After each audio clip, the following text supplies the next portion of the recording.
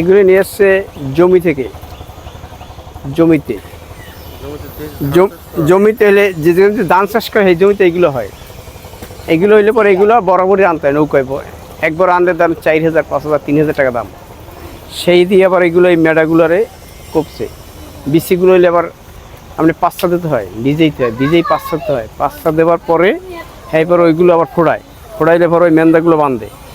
মেন্দাগুলা চুনে হেলা আর এমনি এইগুলো দিয়ে বাঁধে সেইগুলো আবার কোপে 2-2টা গাছ কোপে হেঁটটাই। এরপর আবার জমিতে নেই, জমিতে দাপ আছে, দাপের পার নেই, দাপের পার নিয়ে সেই দাপের পার থই, দাপের পার থইয়ে এবার লাতা দিয়ে আবার লাতার পরে এই চারা সার ঔষধ দিয়ে এবার বড় হয়, এবার বিক্রি করে। এটা কাজ করার জন্য কাজ করছে, কালকে চারা লাগা একদিন, হ্যাঁ একদিন পরে এখানে রাখা হয় 2 দিন। 2 দিন রাখা হয়। 2 দিনের ভিতরে কি চারা হয় না? চারা ওই ফোটাইছে, কালকে বিকেল লই যাবে, কালকে বিকেলে আজকে বিকেলে লই যাবে, 2 দিন হয়েছে। এখানে কতদিন কাজ করে এটা? এরা কাজ করে 6 মাস, বছরে 6 মাস। আচ্ছা, এই যে এখানে কি কি চারা লাগানো? এখানে হয় লাউ চারা হয়, সিম চারা হয়, পেঁপে চারা হয়, মরিচ চারা হয়, বেগুন চারা, টমেটো চারা, এভাবে 10 পদের চারা, 10 পদের চারা হয়। কাজ করে কতজন?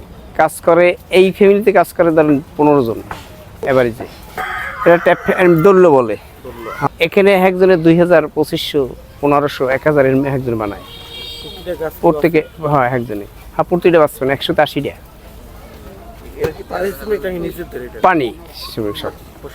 হ্যাঁ সব পারিশ্রমিক এরা পাইতে আছে 150 টাকা, 1,000 পাইতে আছে। হ্যাঁ 1,000 মেড়াই বাঁধতে দেবে 150 টাকা, 1,000 বিসি পেয়ে দেবে 100 টাকা।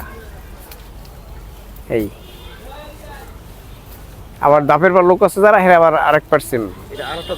হ্যাঁ এরপর আর দাপ আছে, এগুলো জমিতে নিয়ে যায়, জমির দাপ আছে, এই দাপের পর নিয়ে যায়। এগুলো একজনের বেতন 1,000, 1,200, 800, 600। এগুলা কি আসলে কোথায় বিক্রি করা হয়? এগুলা দাপের পর ওই বিক্রি করা হয়।